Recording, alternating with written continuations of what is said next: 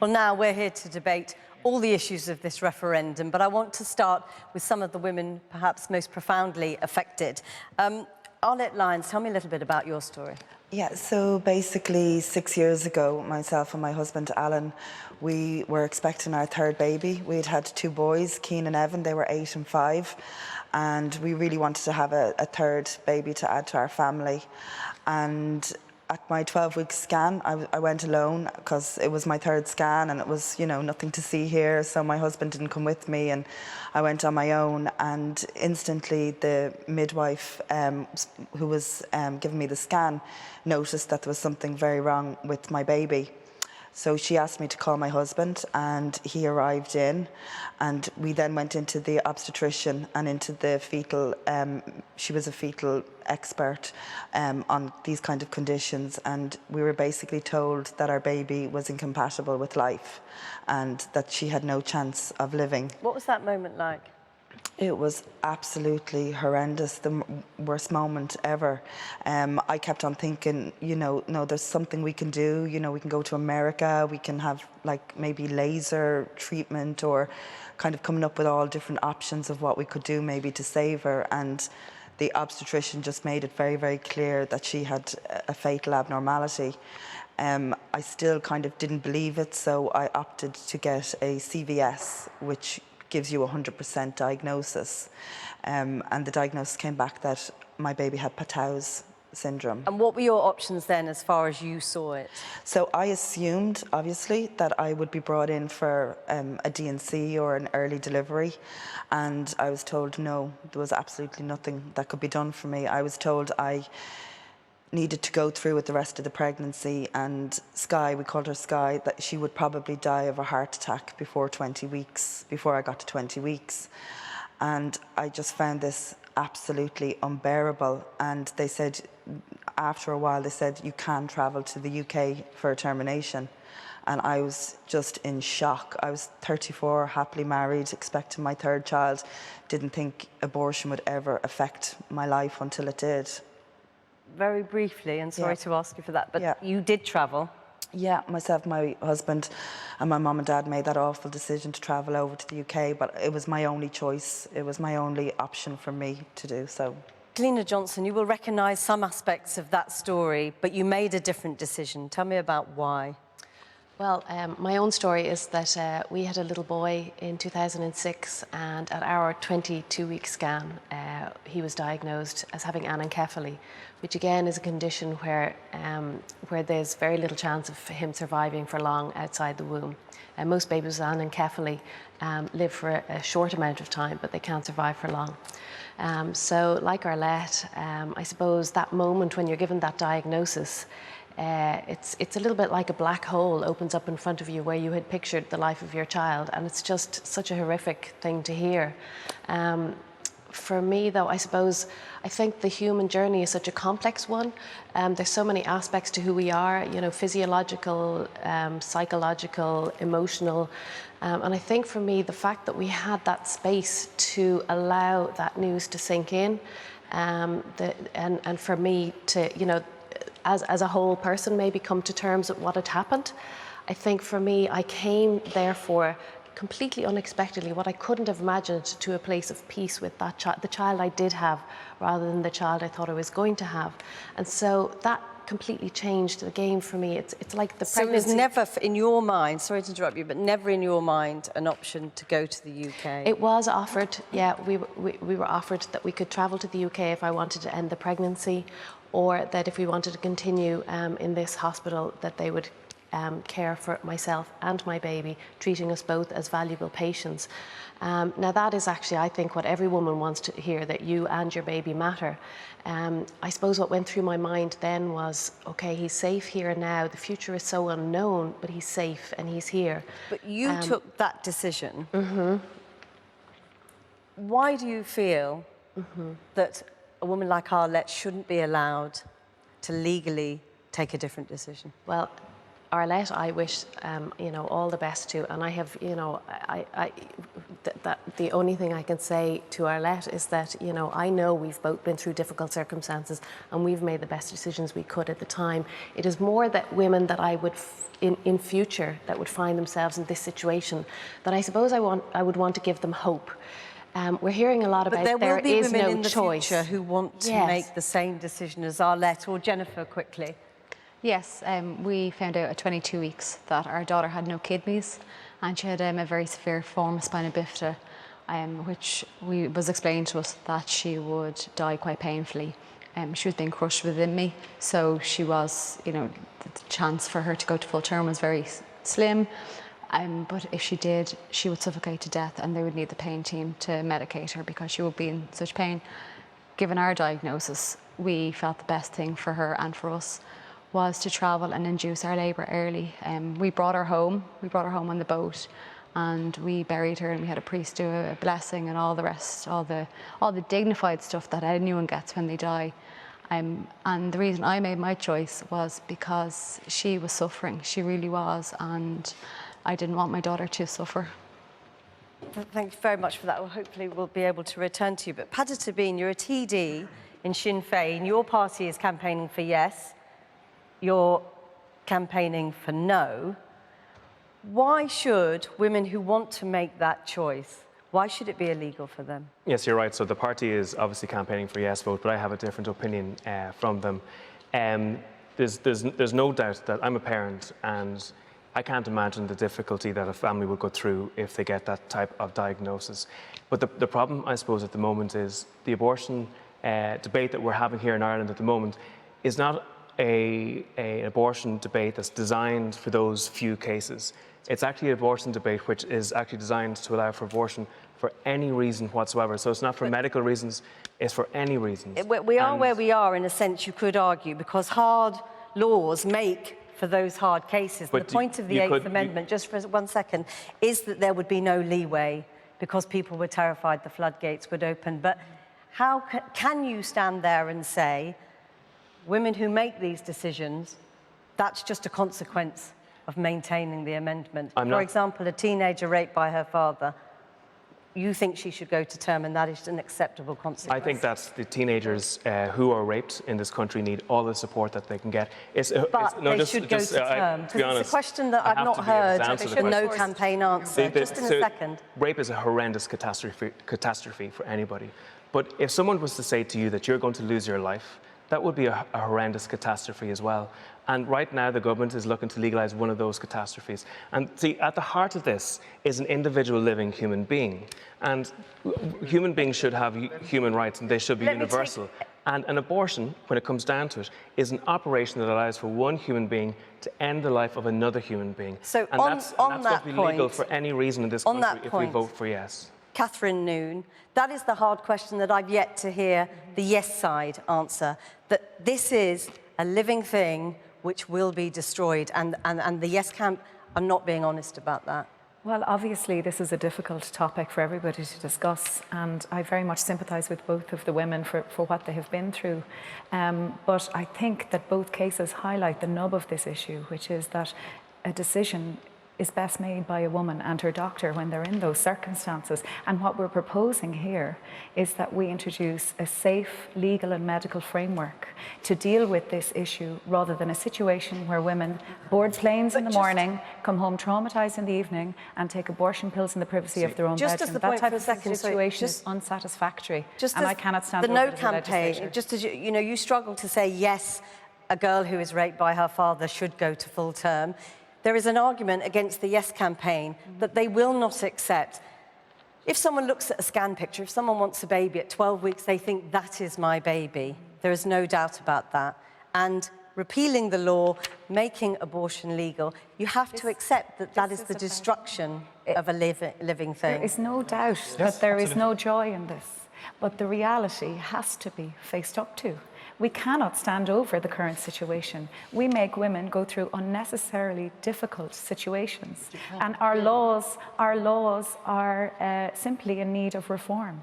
You know, that is the reality of the situation that we are in now in Ireland, and we are a progressive society, and I don't think that the vast majority of the population want to see this situation continue. Tommy Banks from Sligo. Yes, I think what's forgotten about here is the human right to life of one human being. What human being has a right to take the life of another? We got rid of the death penalty in 1964. Now we want to bring it back for the unborn.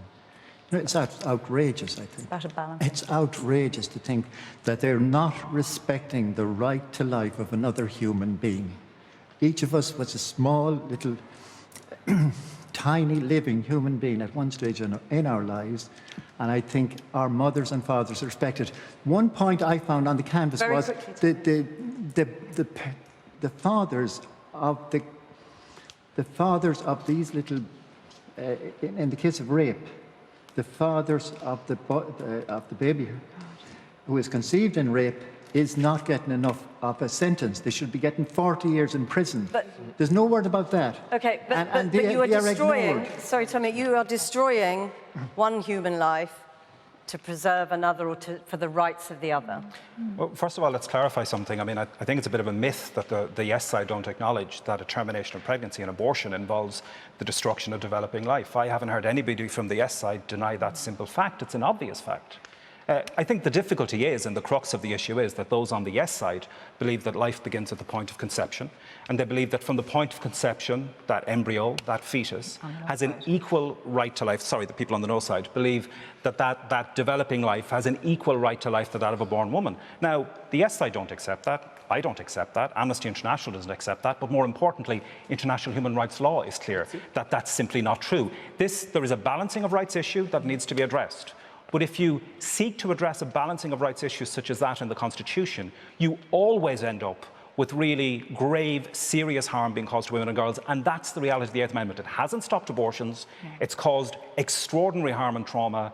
It is essentially an issue of women's equality. Maeve O'Hanlon, you're a woman. Yes, patently. I'm a woman. It's a question of equality. It's a question of equality for babies as well. I mean, a baby does have a right to life, but I think where Colm is wrong is that in international human rights law, the UN Convention on the Rights of the Child states that the child, by reason of his physical and mental immaturity, needs special safeguards and care, including appropriate legal protection, before as well as after birth. And I think that's something all of us recognise, that children need more protection than adults, young children need more protection than older children, and children in the womb are the most vulnerable of all and deserve extra protection. And Ireland has signed up to that UN Convention. It's an important point to respond to, because you've raised an issue of human rights law. You're quoting there from the preamble of the Convention, which has no legal effect. And as you'll be only too well aware, the Committee on the Rights of the Child has told Ireland that its abortion ban and the laws that flow from the Eighth Amendment gravely violate the human rights of girls. Really quickly, I just want to bring in Fabiana Mazzoni. You had an abortion at 17, is that right?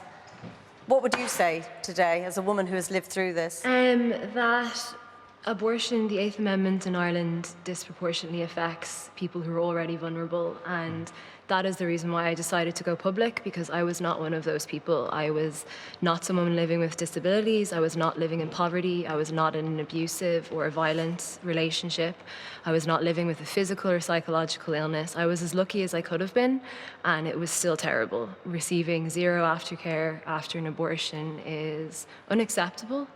And since I've been public, a couple dozen women have come to me with their stories, and a reoccurring theme in those stories is what I think is really the worst part of the Eighth Amendment, and it's that the time that should be spent deciding whether you want to have an abortion in Ireland, if you have an unplanned pregnancy, you're considering abortion, that time is suddenly moved to a frantic search online to look for money, to get time off work, to find childcare, to lie to everyone in your life. That time should be spent in careful consideration with your doctor and with your loved ones. Katie Asker, as another young woman, I mean, what is your view of that?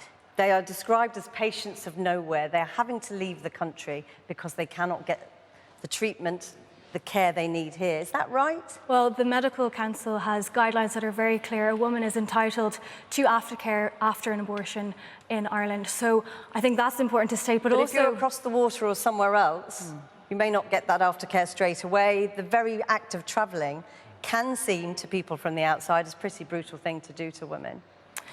What I think we really need to be focusing on here is what are the people, the Irish people, being asked to vote on. We're being asked to vote for abortion on demand in Ireland. We're being asked to vote for abortion on healthy mothers with healthy babies. We absolutely need better support for women in Ireland. We need to be talking about financial support, perinatal hospice care, adoption services. There are so many things we need to be addressing, but we do not need to import England's problem, where for every 4 children born, one is aborted, where they have abortion on McGuinness, demand. can I come to you? You've been a Supreme Court judge. That is right, isn't it? That it is predicted that the number of abortions in Ireland would rise, and that is a factor. It is a factor that the no side are talking about, but we have had this argument over and over again about every issue that has come up in this, that when it was first brought forward in 1983, we were told that if we looked after the rape incident, saving the girl who was raped, that hundreds of girls would pretend that they were raped. Now we're being told, then later when we came to the Protection of Pregnancy Act in 2013, we were told, which dealt with the possibility of suicide, we were told, oh, you can't have that. There will be hundreds of girls pretending that they want to commit suicide. Now, Mr. Tobin over here voted against his party, against that act, but he and the no side are now kind of relying on that act and saying, which is of course the law that you will have if yes is passed. And Catherine's quite right in relation to one thing. You're a barrister. I'm a barrister and I'm campaigning for a no vote. She's quite right in respect of one thing. There's been a shameful failure on the part of government for many years to give the right supports to women, but the answer to that is not the sort of extreme proposals that have been brought forward. And for those of your viewers that perhaps aren't as familiar with the system here in Ireland, we have a written constitution. It sets out the values that we seek to live by. And one of those values is that as far as practicable, the life of the unborn will be protected. That has 2 practical effects. The first effect is Ireland is one of the safest places in the world to have a child, precisely because the doctor sees 2 patients rather than 1. But the second effect is this, and it's where I take slight difference to your introduction. Where the life of the mother is subject to a serious risk or the possibility of serious risk to her life, she can receive the treatment. What's being talked about in this is a very extreme proposal, which is more liberal than the proposal which was brought forward. It is, in a material respect, goes further than the law in England. OK, let's go back to Dr. Marion Dyer. This is an extreme proposal. Absolutely untrue. The protection of life during pregnancy law says that there must be a real and substantial risk to the life of a pregnant woman in order for it to be legal for a doctor to intervene. The masters of all 3 Dublin maternity hospitals that see the most complex medical problems in pregnancy have all agreed that they want the Irish people to vote yes and that's precisely, may I finish? To remove. Just let her finish for a moment, please. Thank you. To remove the 8th Amendment from our Constitution. I've been practicing as a GP in Dublin for 25 years. I sit with people who are hurt and harmed by the 8th Amendment. 3 weeks ago, a man sat in my consulting room and he wept as he talked about his wife, who had no option other than continue to become more visibly pregnant or travel to the UK in order to end her pregnancy, which had a fatal fetal abnormality diagnosis. And that's precisely the dilemma. That is not an adequate healthcare response to a woman or a couple in distress. I want to look after all of my patients. And that's precisely the dilemma that's going to be before the Irish people on Friday. Will we as a society say that we are going to have a value in our constitution which respects the unborn child? Or are we going to sweep that away and give the power to the government to introduce a very liberal regime. And The frankly, legislation is 12 weeks. and there's one thing. There's one thing that's very important for the viewers to understand, and that is, it's not simply up until 12 weeks. It's up until 12 weeks for no stated reasons. It's up until viability, which is nearly 6 months, for the same sort of grounds as in England and Catherine Wales. Noon, And it's up to birth in certain circumstances. Sorry. Up to birth in certain Catherine Noon. circumstances. I mean, this is not the UK, and what is proposed is not anything like what has been the situation in the UK. The reality is that what we're talking about in those circumstances, first and foremost, is much wanted babies. Once you get to that stage in a pregnancy, the majority of pregnancies are much wanted. And you have a situation where perhaps a woman is about to go blind because of diabetes. Or, no, sorry, excuse me. This is the reality of life. Sorry, we do not live. We do not live in black and white. Well, you see, the thing is, how are people of Ireland supposed to decide when there are two such opposing viewpoints and facts disputed on both sides? Exactly. So you've had quite a long time. Just for a second, just let Catherine Noon finish, please. What's being proposed here is a safe legal framework to deal with the situation. You know, this is not something, there is no joy in this. None of us, you know, I'm as pro-life as the next person. There is no joy in any of this, but we have to face up to the reality for Irish women on a daily basis. And couples really have to make these type of decisions really briefly, in harrowing, difficult Consultant circumstances. obstetricians and gynecologists in this state are saying that they're really concerned with the scaremongering that the government is involved. Now, for example, with regards to what's just been said there, I've spoken to ophthalmologists and eye surgeons, and they said there is never a case where a woman loses her sight in this country because of diabetes. Actually, and I've checked. I mean, I think it's accepted that there's scaremongering on both sides. I have checked the figures, and in the last 8 years, no woman has received an abortion in Ireland or in Britain from Ireland on the grounds of health, threat to health, physical health. Any serious health you Not wish. one woman. We will return in just a moment. We have to break away for just a moment, but we will be back with more debate after this short break.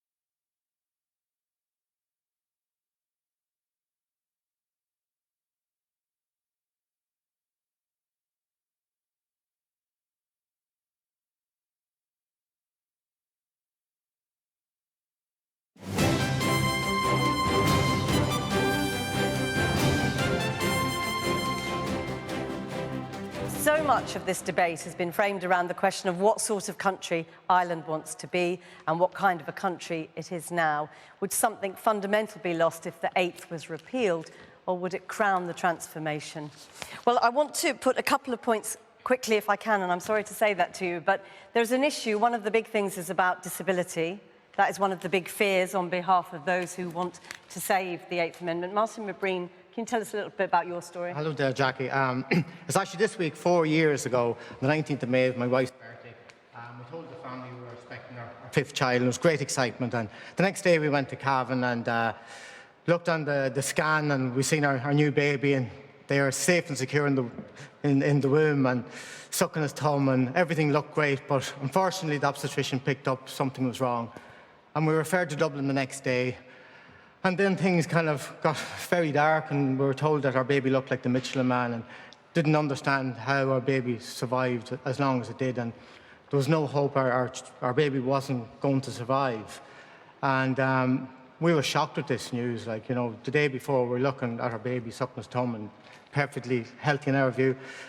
And we were told, listen, you know, our baby's not going to make 20 weeks. And they said to us, you know, we'd advise you to go to our sister hospital in the UK and get this all taken care of. And my wife said, you mean an abortion? And she said, no, we mean a medical management of your pregnancy. Now, we felt this was something we weren't ready for. Like the day before, we were looking at everything looking okay. We decided to not go ahead with that. and see what nature would do. And the obstetrician said, why are you taking the hard road? She said, because this is not going to happen. And Visa tell our siblings that there isn't going to be a baby and we should pick a plot out in the cemetery, not to do that at the time. But they were wrong, and our baby Grace was born on the 12th of November in 2014, and she's perfectly healthy, like she has Down syndrome, but that wasn't the issue, and that was not the reason why she wasn't going to survive. Tracy, I want to bring you in quickly. I mean, you'll recognise again some of that story, but you're on the different side. Tell me why. At my anomaly scan, I found out that my baby had a congenital heart defect and a possible syndrome as well. We were told 90% chance of Down syndrome, but not ruling out any other syndromes. So I went through hell, as did my husband. We weighed up all of our, what would we do?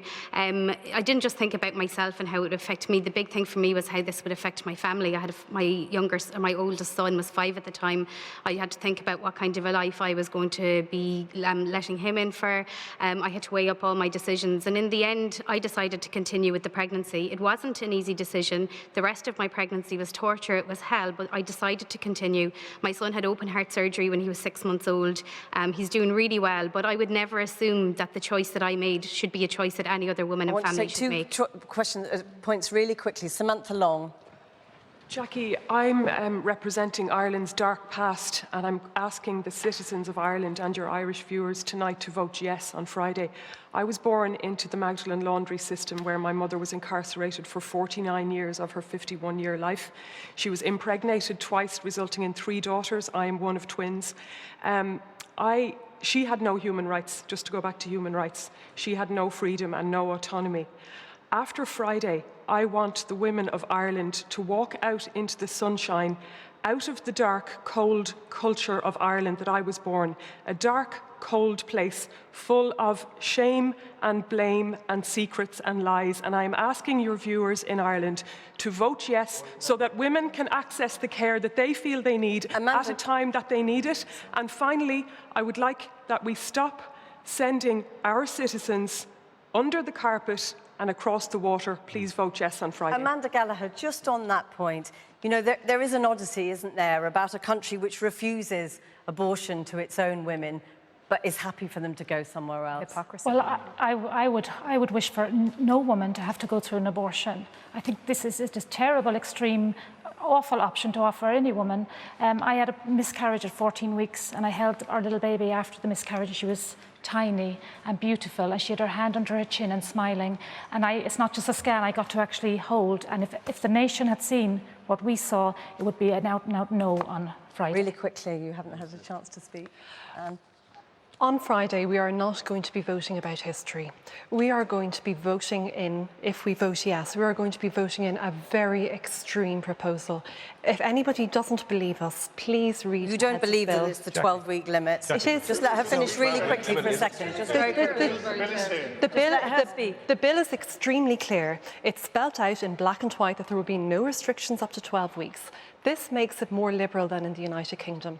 I'm a doctor, and as a doctor, when I have a pregnant woman in front of me, I have 2 patients, and that is how we manage pregnant women in Ireland, and it works really, really well. But it is about choice, is it? No, we have. Choice in terms, the Yes campaign have talked about terrible outcomes for women in pregnancy and going blind, etc., etc. However, the reality is that Ireland has an excellent record in maternal health care. We have one of the best in the world. Sorry. Very, very quickly. The 12-week point.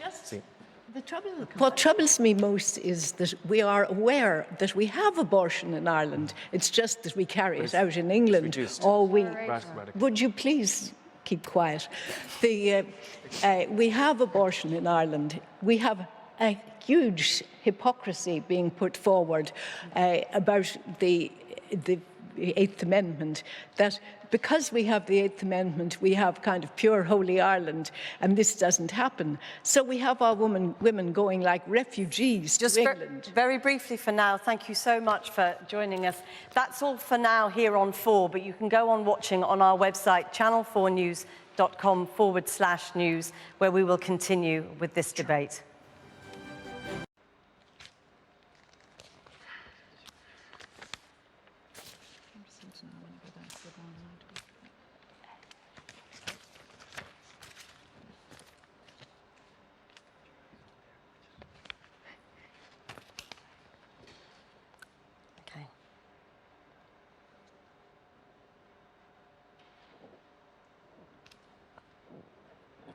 Can I just go back to that point that was made about this issue of shame that Samantha talked about, this issue of, in a sense, exporting abortion abroad? Isn't that an odd thing to do? No, I'd like to pick up on something that Catherine said there. At the end of the day, we're a sovereign country, and we lay down in our constitution the values that we're going to observe. The fact that people in other countries, many of your viewers may take a different view. I know that there are a lot of viewers. I lived in England. I was brought up in England. I know a lot of people in England will struggle.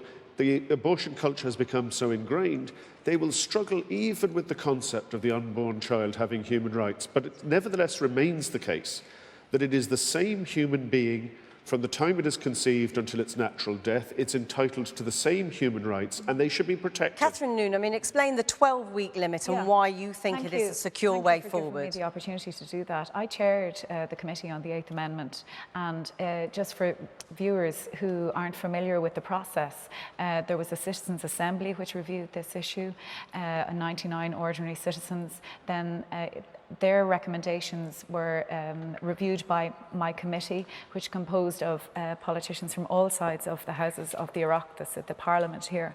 And to put in a nutshell how I think that we came to our ultimate recommendations, I don't think any of us thought that we would actually come to the recommendations that we did ultimately, but we were very informed by the evidence that we heard when it came to abortion pills and the fact that they are being taken by women. They procure them via the internet and take them in the privacy of their own bedrooms, unsupervised by their GPs. And I think most of us as legislators, there are another two reasons, so I'll be as brief as I can. So the abortion pills were the first thing. The second thing is the fact that rape and incest are impossible to legislate for, and that's the reality. And the third real situation where women are leaving the country every day of the week to access abortion care in the UK. I mean, and what is your answer to that? Well, I suppose as a woman, as a mother of 3 daughters, I really question, I suppose, where we're going with this debate. I've had friends who've deeply, deeply regretted their abortions. Abortion regret is something we're failing to recognise as a society. If we go on to womenhurt.ie, look at the stories, and as I have spoken to Bernadette Goulding, I've heard her share the story, and for many women, it's 20, 30 years before they begin to think about it. And in the words, abortion stops a baby's heart and it breaks a mother's heart. There is an argument that women should be allowed to make their choice and regret it. But see, with the choice of what? The choice to end a life. We're a republic here. Everybody is equal. So it doesn't matter what age they are, or if they're dependent, or if they have a disability. They are all integral in this society, and that's important. And one of the major problems we have in Ireland with regards to abortion is that in countries where abortion is available on demand, there's a very high rate of abortion amongst children with Down syndrome and children with disabilities. We don't want that happening in this country. We are a republic, and the notion that we're all meant to be equul is revealed by the hypocrisy of the 8th Amendment, because we're equal, and everybody's equal until a woman becomes pregnant. And then her rights are immediately diminished. Immediately diminished. Just 1 second, Anne, what would you say to this? I think when we're discussing this, and there's all sorts of things thrown around, and when we talk about extreme this and extreme that, I think it's really important that your listeners are aware of some of the extreme things that have happened to women over the last couple of years. We've had women held in Ireland against their will and literally kept until they were ripe for the picking, so that they could be forced to have a caesarean section against their will because they didn't want to continue with that pregnancy. We have women who are being forced one after the other. There are people who are watching tonight who are making plans to travel. They're scouring the internet to try and find safe but illegal abortion pills. We have women who are at the absolute end of their tether, and they're being faced with the worst decision of their lives. And when we're talking about an extreme system, that to me is extremely extreme. And the other side have no answers for those women. Sorry. I suppose I'm coming from the point of view of being an ordinary mum who's gone on the doorsteps and who's canvassed. And women are telling me, they're crying. They feel our society... Sorry, can I finish? I'm sorry. Our society has almost rejected motherhood. We're not looking at the reasons why women feel they have to have an abortion. The fact that we are a republic has been mentioned, and the values of Irish people. The lived experience is that on more than 150,000 occasions since the 1983 amendment was put into our Constitution, a woman has given an Irish address to an English or a Dutch clinic. Katie mentioned that we risk importing UK problems. What we're doing currently is we are relying on the kindness of strangers to provide health care for our women. Talk about what you mean when you say healthcare, and also Senator Noon said the word safe when it comes to abortions. First of all, Ireland is one of the safest places in the world to have a baby. Have you watched an abortion online, Senator Noon? Have you seen this safe procedure that you're talking about? I am convinced that if the Irish people went to Google, went to YouTube and watched what an abortion procedure actually is, that they would vote no. This is the intentional ending of somebody else's life in one of the most violent ways. Evie from this Disabled. Is ending someone's life. Evie. This is ending someone's life. Have Kate, you watched but you an would abortion have just one second. Can I just hear from Evie from Disabled for yes for a moment, please? We need to be a heavy period. At me, under 6 weeks. Had I been able to access in Ireland, I would have been under 5 weeks. It was a heavy period. So stop talking about violence. I've seen a miscarried child at 30 weeks. That is not a heavy period. I've had Can I just let okay, can I just let Evie speak for a moment? Evie from Disabled for yes. What is your view? When we talk about abortion and the fact that people travel, what a lot of people, particularly the no side, forget is that a lot of the time this is down to whether you can afford it, whether you have the mobility, whether you're healthy enough to travel. You have deaf people who have Irish Sign Language. In Britain, it's completely different. It might as well be Japanese. It's so different. So they have to hire an interpreter, which takes weeks, by the way, and it is expensive. Then we know that deaf people, there's a low literacy rate. And of course, then if they order the pills online, they may not understand the instructions. They can't ring 999. Then you've got people with intellectual disabilities. Jackie, there is an important point of common ground between the two sides, and I think it's this. There's been a lot of talk in the debate and a lot of talk in the studio about difficult cases and exceptional cases. No, they're not, and I think that there's many people, I think, watching tonight, and that will resonate with them. But equally, in Ireland, there are many people who will see not a clump of cells, but see a living human being, and it's reconciling. We started with you. One of the it's reconciling the two of those things that is the challenge, and this extreme proposal is not the just answer. very quickly to two of the people who would be regarded as some of the difficult cases, but they are women. I have 3 children. My last child was born with a cleft palate and a hole in her heart. She was born with special needs after Sky. Number 2, it's less than 3% of women who regret their abortion, and maybe it's people like you that make them regret their abortion. And for you, your daughter wasn't diagnosed with a fatal abnormality. Like no, she wasn't. Did you have an amniocentesis? If I can go to Jennifer and then very quickly to just two of you on this side. Down syndrome's not a fatal abnormality. She did. Jennifer. Down syndrome's not fatal. Sorry, Martin, just for a second. Let's Jennifer and then I'll come across. Did you get a test to say that? Yes, we did get a test. And so they said with Down syndrome she was going to die. It wasn't the Down syndrome at all. It was the cystic hygroma and hydra. Martin. That was the condition. 100% that wouldn't survive. Martin. That's what the doctor said. Really sorry. Very quickly to Jennifer and then just two people on this side. Jennifer. Not the tests. The no side keeps saying that, people like us, we killed. We've killed our children. It has been said. And the man over there has said it many times. My daughter's condition, which was fatal, she had no kidneys, her lungs were never going to work, she was going to suffocate to death. Her condition was killing her. All I did was give her the most humane and dignified death that she could have. We talk, okay, we just really quickly. Right now, we know that the majority of people that go for abortions go for socioeconomic reasons. So we could radically reduce the number of people who go for abortions in Britain if we actually invested in maternal care, health care, in childcare, in proper living wages for women. That's where progressive society would actually invest. Very, very quickly, just one more. I actually think it's not true.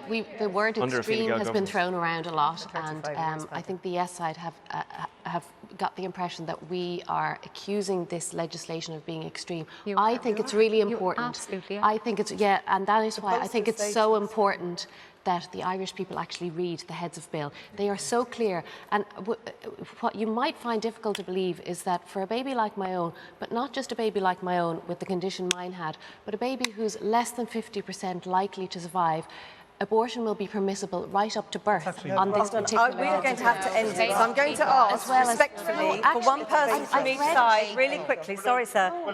Have you read it? Yes. 6 of the bill says exactly. Clearly, both sides disagree on that point. I want to ask somebody from each. I want to ask for one voice from either side, very briefly. What happens after Friday if it doesn't, for example, if you don't get a yes vote? If a yes vote does not happen, regardless of that, another 12 Irish women the following day will have abortions. What will happen is women will continue to have increased health risks from unsafe, illegal abortions. Just the same question to you. If a yes vote does happen, then we've done what Senator Noonan's committee did not do and looked at what the likely change in rates would be, and we might have 14 extra women every day having abortions in Ireland. None of us want more abortions in Ireland. The only way to stop that is to vote no. Contrary views, which I know has illustrated this campaign. I am really sorry we can't talk more, but thank you very, very much for coming in, all of you. Thank you very much. Well, that is it from us this evening. Sorry we couldn't take more, but thank you very much for watching.